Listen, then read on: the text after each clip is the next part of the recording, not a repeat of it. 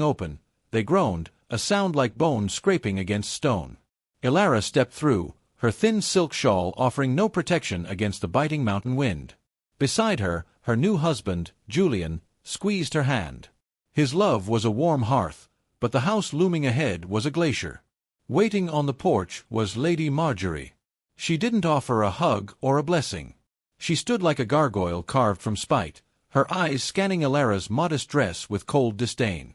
Marjorie had ruled this house alone since her husband's passing, and she viewed Ilara not as a daughter, but as a thief coming to steal her son's devotion and the family's dwindling silver. "The girl is scrawny, Julian," Marjorie's voice carried the edge of a rusted blade. "She looks like she'll break under a day's labor. I hope you didn't marry her for her strength." "I married her for her heart, mother," Julian replied, his voice firm but weary. He didn't see the flicker of darkness in Marjorie's eyes, the silent vow that if the heart was what he loved, she would be the one to stop it beating. As the sun dipped below the jagged horizon, Ilara felt a chill that had nothing to do with the weather. The house was a labyrinth of shadows and secrets, where the wallpaper seemed to peel back like rotting skin. Marjorie led them to their room, but stopped Ilara at the kitchen door. "Julian is tired. He will sleep. You, however, will begin your duties." "A wife who does not provide is merely a parasite," Marjorie whispered. She handed Ilara a single, shriveled potato and a bucket of grey water. "Make a feast for the morning. If the pot is empty when the sun rises, you will find yourself sleeping in the stables." Ilara looked at the pathetic offering, her stomach growling. She had left her home for love, but as the heavy kitchen door locked from the outside, she realized she had walked into a cage. The darkness of the kitchen felt alive, pressing against her skin. She wasn't just hungry, she was hunted. The dust of the hearth. The kitchen was a tomb of soot and grease. For hours, Ilara scrubbed at stones that seemed to bleed black ink. Lady Marjorie's instructions were impossible.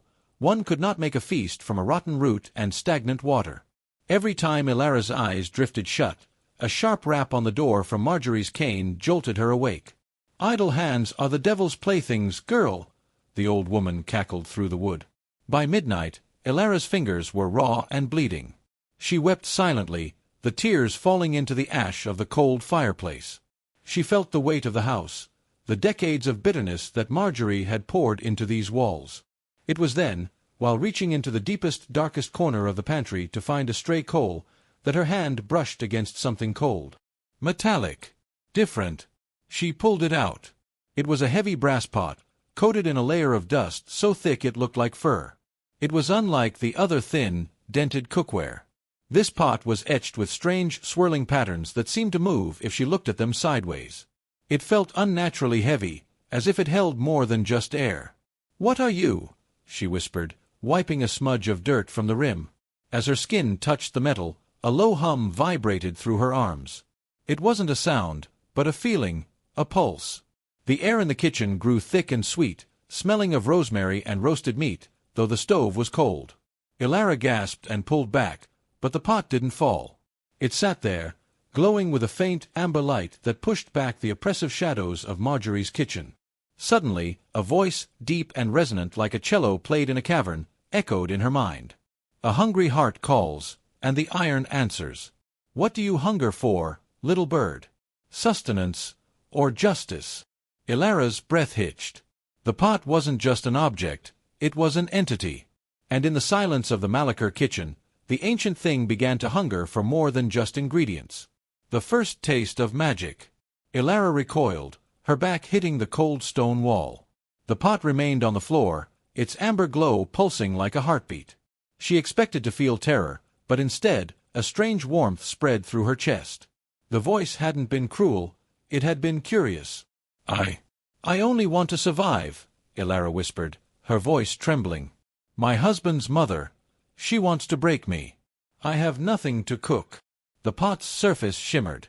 The etchings of vines and thorns seemed to grow, wrapping around the base. "The crone feeds on spite," the voice vibrated. "But you, child of salt and tears, shall feed on grace. Put the water in. Put the rot in. Give me what is worthless, and I shall give you what is golden." With shaking hands, Ilara poured the grey water and the shriveled potato into the brass belly of the pot. As soon as the lid was placed on top, the kitchen was filled with the sound of a roaring fire, though the hearth remained dark. The smell of rich, savory beef stew began to waft through the cracks in the door, a smell so divine it made Elara's head spin. She lifted the lid cautiously. The gray water was gone. In its place was a thick, steaming broth filled with tender meat, vibrant carrots, and herbs she didn't recognize. It was a miracle born of metal. She ate. Every spoonful felt like life pouring back into her veins. Her bruises stopped aching, her spirit felt armored. But as she finished, she heard the heavy footsteps of Marjorie approaching. The glow of the pot vanished instantly, returning to its dull, dusty state. The door creaked open. Marjorie stepped in, her nose twitching like a rat's. "What is that smell? Did you steal from my private larder, girl?" "No, mother," Elara said softly, standing tall. "I simply made use of what was here." Marjorie lunged for the pot, her eyes wide with greed. She grabbed a spoon and shoveled a large piece of meat into her mouth. But as she swallowed, her face contorted. She spat it out, coughing and gagging. To her, the stew tasted like wet ash and bitter gall. "Vile!" Marjorie screamed, her face turning a sickly purple. "You've poisoned it! You've served me filth!" The pot sat silent, but Elara could swear she felt it laughing. The bitter harvest. Marjorie spent the night clutching her stomach, the taste of charred bone and bile lingering on her tongue. Every time she closed her eyes, she saw the glow of that brass pot through the kitchen's keyhole. She knew Elara was hiding something. No peasant girl could turn a rotten potato into a scent that made the very stones of the house weep with hunger. Set a bowl of porridge before him. It was thick, drizzled with honey that seemed to shimmer like liquid sun. "This is incredible, Elara," Julian whispered, taking a deep spoonful. "Where did we get such cream? Such honey?" "The house provides, Julian," Elara said, her eyes casting a wary glance toward the doorway. Marjorie lurched into the room, her hair disheveled, her eyes bloodshot. She snatched the bowl from Julian's hands and took a massive gulp. She expected the sweetness Julian described. Instead, her mouth filled with the flavor of stagnant swamp water and rusted nails. She shrieked, shattering the porcelain bowl against the hearth. "She is a witch!" Marjorie howled, pointing a trembling, bony finger at Elara. "She feeds you illusions and feeds me poison!" "Mother, stop!" Julian stood, his voice cracking with frustration. "It was delicious. You are unwell. Perhaps the bitterness is in your own mind." Marjorie recoiled as if slapped. To have her son defend this outsider was a wound deeper than any physical pain. She retreated to the shadows of the hallway, her mind churning. She didn't want the food anymore. She wanted the power. She wanted the vessel that could distinguish between a mother's love and a wife's devotion. The watcher in the dark. For 3 days, Marjorie played the role of the frail, repentant mother. She stayed in her room, feigning a fever, while Elara flourished. The young bride's skin grew radiant, her strength returning twofold. The kitchen, once a place of dread, had become Elara's sanctuary. But Marjorie was not sleeping. She had bored a tiny hole through the floorboards of her bedroom, directly above the kitchen stove. Late that night, she watched. She saw Elara pull the dusty brass pot from its hiding spot beneath the floorboards. She watched as Elara whispered to the metal, her fingers tracing the ancient etchings. "The winter is coming, great heart," Elara murmured. "Help me keep Julian warm. Help me endure." The pot began to hum, a low, rhythmic vibration that shook the very joists of the house. Marjorie pressed her ear to the floor. "The hawk watches from above," the pot's voice echoed, vibrating through the wood and into Marjorie's skull. "She seeks the gold but fears the fire. Shall we give her a taste of the flame, little bird?" Elara looked up, startled, staring directly at the ceiling where Marjorie hid. "No," Elara whispered. "She is his mother. Just let there be peace." Marjorie pulled back, her heart hammering. It talked. The object was sentient, a relic of an age before the Malakers had even built their walls. It was a source of infinite wealth.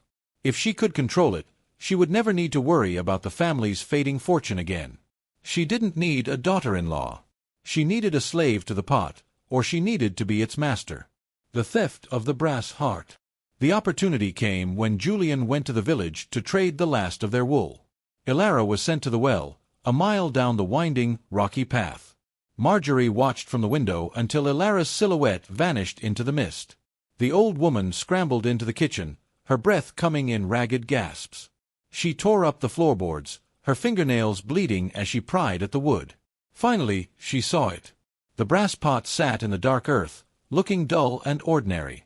"Mine," Marjorie hissed, grabbing the handle. The metal was searing hot.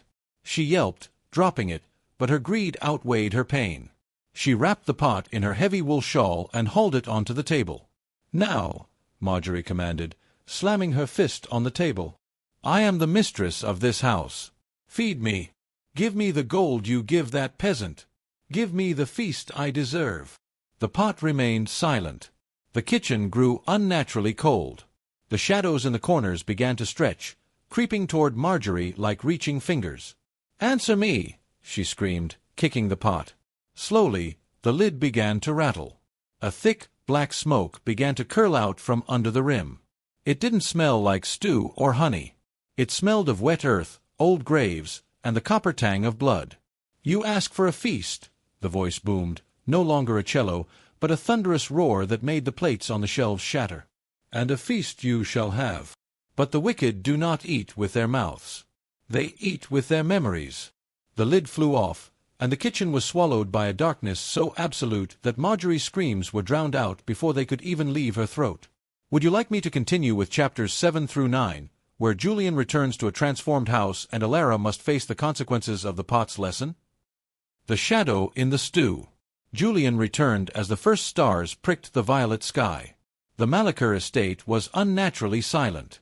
Usually, the smell of wood smoke and Elara's cooking greeted him at the gate, but tonight, the air smelled of ozone and wet earth. He found Elara standing by the kitchen door, her face pale, her hands trembling as she clutched her shawl. "Elara, where is Mother?" Julian asked, setting his heavy pack on the floor. Elara pointed toward the kitchen. The door was slightly ajar, and a thick, rhythmic thumping sound echoed from within. It sounded like a giant heart beating against stone. Julian pushed the door open and froze frost, and in the center of the table sat the brass pot. It wasn't dull anymore, it glowed with a deep, pulsating violet light. Lady Marjorie sat in her high-backed chair, her eyes wide and glassy, staring at nothing. Her mouth was moving, but no sound came out. On the table before her was a plate heaped with what looked like gray stones. But as Julian watched, the stones shifted and groaned. They were memories, solidified lumps of Marjorie's own bitterness. "Mother!"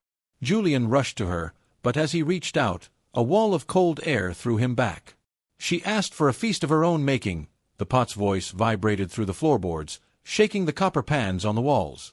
"I have served her the years she spent starving others.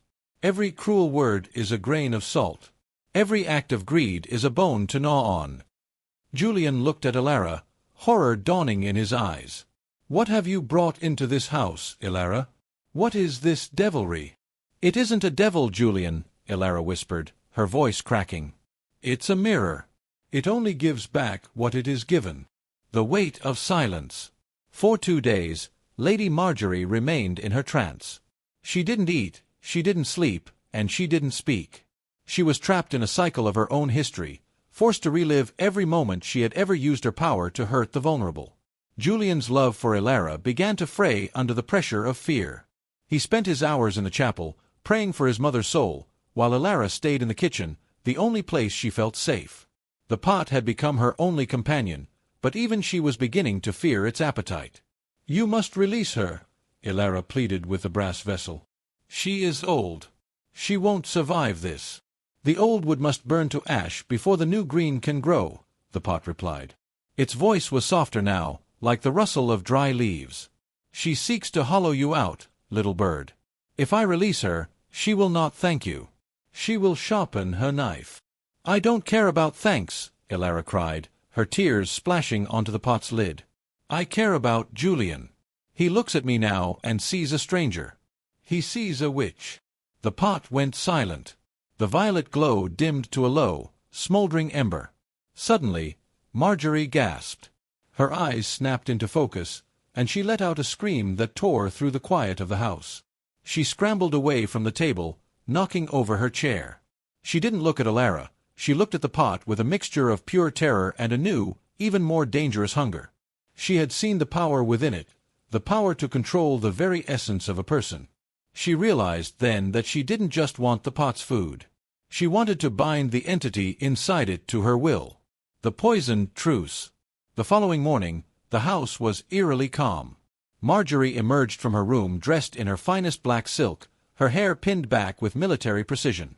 She walked into the kitchen where Alara was preparing tea and, to Alara's shock, knelt at her feet. "Forgive me, daughter," Marjorie sobbed, though her eyes remained as dry as a desert. "The pot showed me my sins. I have been a monster. I was blinded by my grief for my late husband, and I took it out on the one person Julian loves." Alara's heart, ever prone to kindness, softened. She reached down to help the older woman up. "Mother, please. We can start over. The pot is a gift, not a curse." "Yes," Marjorie whispered, her face hidden as she rose. "A gift." She turned to Julian, who had just entered the room, and embraced him. "My son, your wife is a saint. She has saved my soul. To celebrate our new peace, let us have a feast tonight. Alara, you shall use the pot to cook for the entire village. We must show them the blessing we have found." Julian beamed, the tension leaving his shoulders. "That is a wonderful idea, Mother." But as Marjorie turned away to fetch the silver platters, a small, crooked smile played on her lips. She had noticed something Alara had missed. The pot only provided for the kind-hearted. But Marjorie knew a secret about the mountains, a rare white fungus that grew on the north side of the cliffs. It didn't kill, but it induced a madness that stripped away the soul. If she could slip that into the pot while Alara wasn't looking, she wouldn't be the one the pot judged. The pot would see the poison coming from Alara's hand. The cauldron of the village. Word spread that Lady Marjorie was hosting a feast to honor her beloved daughter-in-law. The mountain folk descended upon the estate like crows to a cornfield. They stood in the great hall, their breath misting in the unheated air, eyes darting toward the kitchen door. Inside, Alara was a whirlwind of motion. The brass pot sat at the center of the hearth, its amber glow warming the stone floor. As Alara added water, it turned to rich, creamy potato leek soup. When she dropped in a handful of dried herbs, they multiplied into a garden's worth of fragrance. "You look exhausted, child," Marjorie whispered, gliding into the kitchen like a shadow. "Go, greet the guests with Julian. I will stir the pot. It is the least I can do to show my penance." Alara hesitated. The pot's etchings pulsed a warning red, a low thrum vibrating through her boots. But Julian was calling her from the hallway, his voice bright with a happiness she hadn't heard in weeks. "Just for a moment, Mother," Alara said, handing over the long wooden spoon. The moment the door clicked shut, Marjorie's face transformed. She pulled a small, silk pouch from her bodice. Inside was the powdered ghost cap fungus, a pale, shimmering dust that tasted of nothing but brought on a madness of the soul. "Let's see how kind-hearted the pot thinks you are when your guests start clawing at the walls," Marjorie hissed. She dumped the entire contents into the swirling soup. But as she stirred, the spoon wouldn't move. The soup grew thick, like cooling wax. The pot didn't glow amber anymore. It turned a bruised, sickly purple. The feast of folly. The soup was served in heavy pewter bowls. The villagers ate with a desperate hunger, praising Alara's name with every swallow. Julian sat at the head of the table, his pride for his wife shining in his eyes. "To Alara," he toasted, raising a cup of cider. "The heart of this house." But as the villagers drank, the room began to tilt. The ghost cap was supposed to cause hallucinations, but the pot had filtered the poison through its own ancient logic. Instead of seeing monsters, the villagers began to see each other's secrets. The baker looked at the blacksmith and saw the silver the man had stolen 3 years ago. The seamstress looked at her sister and saw the resentment hidden behind a decade of smiles. The room, once filled with the clinking of spoons, became a tinderbox of whispers and snarled accusations. "You cheated me!" someone screamed. "You coveted my land!" another roared. Alara stood, her heart hammering.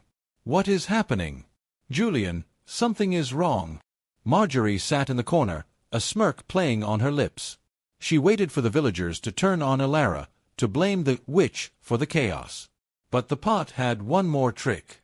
The steam rising from the bowls didn't dissipate, it coalesced into a thick, grey fog that filled the hall. In the center of the fog, a giant, spectral image of the kitchen appeared. The villagers fell silent as they saw the projection of Marjorie pouring the white powder into the pot. The silence that followed was heavier than any scream. The reckoning of the hearth. The villagers didn't move toward Elara. They turned their cold, hollow stares toward Lady Marjorie. The ghost cap had stripped away their inhibitions, and now, fueled by the pot's magic, their collective anger focused on the woman who had tried to poison their only source of hope. "It was an accident," Marjorie shrieked, backing away toward the fireplace. "I was trying to enhance the flavor." "The flavor of malice is always the same," the pot's voice boomed, echoing not just in the kitchen, but through the very rafters of the great hall. The brass pot suddenly slid across the floor, propelled by an unseen force, stopping at Marjorie's feet. The lid flew off, and instead of soup, a swarm of black, shadowy moths erupted from its belly. They weren't insects, they were the bitter lessons the pot had promised.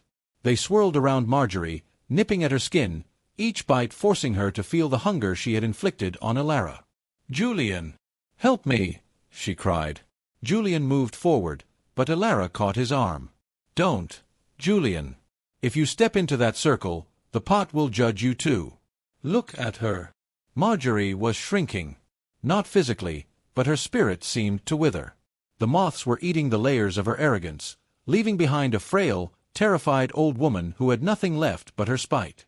The villagers, snapped out of their trance by the sheer terror of the display, fled into the night. Julian, Elara, and the broken Lady Marjorie were left alone in the wreckage of the feast. The pot settled, its glow fading to a soft, mournful blue. "The house is quiet," it whispered. "But the foundations are cracked. What will you build on the ruins, little / the frost of the soul?" The morning after the disastrous feast, the Malachur estate did not wake to the sun. A localized, unnatural winter had settled over the grounds. While the village of Oakhaven saw clear skies, the manor was encased in a dome of swirling frost. Ice climbed the tapestries like frozen ivy, and the breath of the inhabitants came out in thick, ghostly plumes. Lady Marjorie lay in her bed, her skin the color of parchment. The bitter lesson of the moths had left her physically unharmed but spiritually hollowed. She couldn't speak. Her voice had been swallowed by the pot. Every time she tried to form a word of malice, she coughed up a handful of dry, gray ash. "Pot is a parasite, Mother. It fed us, yes, but it has eaten Elara's light. I want it gone. I want to cast it into the deepest ravine in the mountains." But as Julian stepped toward the kitchen, the brass pot let out a low, mournful chime. It didn't want to leave. It had tasted something more delicious than spite or hunger. It had tasted a pure sacrifice. And like any predator that has tasted a delicacy, it wanted more. The echo in the metal.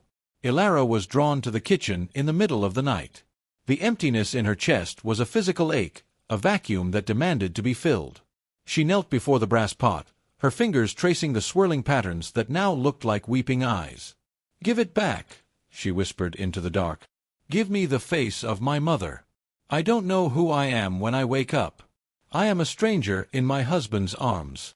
The pot didn't glow amber or purple. It turned a deep, obsidian black. "A bargain struck in salt cannot be undone with sugar, little bird," the voice crawled into her mind, colder than the winter that had just passed. "The memory is digested. It is part of the iron now. But there is a way to fill the hole." Elara leaned closer, her breath fogging the metal. "How?" "There are other memories in this house. Bitter ones. Dark ones. Memories of blood and betrayal that Lady Marjorie keeps locked in the cellar of her heart. If you feed those to me, I can weave you a new past. I can make you a queen of this mountain, with a history of power instead of poverty." "I don't want power," Elara cried. "I want my mother." "Your mother is dust," the pot hissed. "But Marjorie's sins are heavy. Feed them to me, and you will feel full again. You will feel the weight of this house. You will finally belong." The kitchen door creaked. Marjorie stood there, wrapped in a shawl, having heard every word. For the first time, The predator and the prey looked at each other with understanding. Marjorie knew the weight of the sins the pot wanted.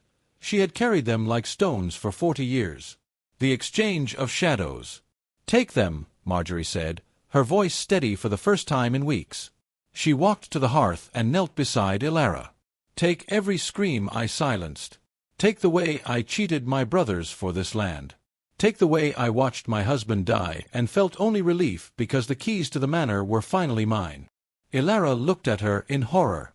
"Mother, no. That will destroy you." "I am already destroyed, Elara," Marjorie said, a sad, genuine smile touching her lips. "I spent my life trying to starve you so I could feel full. Now, let me be the one to fill the void I created." Marjorie placed her hands on the rim of the pot. The obsidian light flared, turning the kitchen into a vortex of shadows. A torrent of gray, murky smoke began to pour from Marjorie's ears and mouth, flowing directly into the brass belly. Marjorie's face contorted in agony. She was losing the only things that had defined her: her bitterness, her secrets, her control. As the pot drank, Elara felt a surge of energy. But it wasn't the warmth of her mother. It was a cold, sharp intelligence. She began to remember things she hadn't lived: the taste of expensive wine, the feeling of silk, the thrill of commanding a servant. She was becoming Marjorie. The pot was not just a provider, it was a weaver. It was sewing the mother-in-law's darkness into the daughter-in-law's light, creating a new, terrifying creature. "Stop!" Julian's voice thundered. He stood in the doorway, a heavy iron sledgehammer in his hands. "No more bargains." The iron rupture. The sledgehammer caught the light of the obsidian vortex as Julian swung. He wasn't aiming for the women. He was aiming for the heart of the haunting. The head of the hammer connected with the brass pot with a sound like a cathedral bell cracking in a storm. Marjorie's sins, half digested and raw, hung suspended in the air like a poisoned fog. The pot didn't shatter. Instead, a jagged, glowing fissure appeared down its side, weeping a thick, golden liquid that smelled of honey and scorched earth. "Get away from it!" Julian roared, his chest heaving. "It's eating both of you." But Elara was caught in a waking nightmare. The memories of Marjorie's cruelty were stitching themselves into her mind, while her own gentle nature was being pulled into the pot's cracked belly. She looked at Julian, but she didn't see her husband. She saw a boy who needed to be controlled. She felt the urge to snap at him, to belittle him, to lock the pantry doors and hide the silver. "The vessel is broken, but the hunger remains." The pot's voice was no longer a whisper, it was a choir of 1,000 starving souls. "If you break the iron, you release the ghosts. One of you must be the new vessel. One of you must hold the dark, or it will swallow the valley." The fog began to expand, creeping toward the kitchen door. Everywhere it touched, life withered. The potted herbs on the windowsill turned to ash. The wooden table began to rot in seconds. The pot was no longer judging the Malakers, it was unmaking them. The silent sacrifice. Marjorie stood up, her legs shaking. She looked at the golden blood leaking from the pot and then at Elara, whose eyes were darting around with a predatory, cold light, the very light Marjorie had carried for 40 years. "I spent my life building walls," Marjorie whispered, her voice surprisingly clear. "I thought if I kept everyone out, I could keep the hunger away. But the hunger was inside me all along." She looked at Julian, a single genuine tear tracing a path through the soot on her cheek. "I loved you, Julian. In my own twisted, iron way. But I loved my pride more. Elara, she loved you better." Before Julian could stop her, Marjorie lunged forward. She didn't grab the pot, she threw herself onto the jagged fissure. She pressed her chest against the glowing crack, her hands gripping the searing brass handles. The pot let out a scream that shook the foundation of the manor. The gray fog was sucked back in, drawn into Marjorie as she acted as a human cork for the ancient malice. The golden liquid began to coat her, hardening like amber, turning her into a living statue of penance. "Mother! No!" Julian cried, reaching for her. "Don't touch her!" Elara screamed, her own mind suddenly clearing as the flow of dark memories snapped. "She's taking it back! She's taking it all back!" Marjorie's eyes met Elara's one last time. There was no spite left. There was only a plea: be better than I was. With a final metallic thud, the pot and Marjorie became one, a silent, brass-clad figure frozen in the act of giving. The Garden of Remembrance. The silence that followed was absolute. The brass pot was gone, fused into the base of the statue that was once Lady Marjorie. The unnatural cold vanished, replaced by the gentle warmth of a mountain spring that seemed to arrive months early. Julian and Elara moved the statue to the center of the overgrown garden. They didn't bury it. They planted white roses around the base, flowers that bloomed with a scent so sweet it could be smelled in the village below. Elara never got her mother's memories back. That part of her was gone, a permanent scar of the bargain she had made. But in the emptiness, something new grew. She and Julian rebuilt the estate, not as a fortress, but as a sanctuary. The heavy iron gates were taken down and melted into gardening tools. One evening, a year later, Elara sat by the hearth with her young daughter. They were eating a simple stew made in a plain, cast-iron pot. There were no whispers in the metal, no magic in the steam. Just the smell of home. "Is the story true, Mama?" the girl asked, looking at the statue in the garden through the window. "About the pot that talked?" Elara looked at her hands, which no longer shook. She looked at Julian, who was reading by the fire, his face finally at peace. She realized that the bitter lessons hadn't been a curse, but a brutal pruning. "The pot didn't give us anything we didn't already have, little bird," Elara said softly. "It just showed us what happens when we try to fill our hearts with anything other than love. Now, eat your supper. It's seasoned with nothing but salt and kindness." Outside, the wind brushed against the brass statue.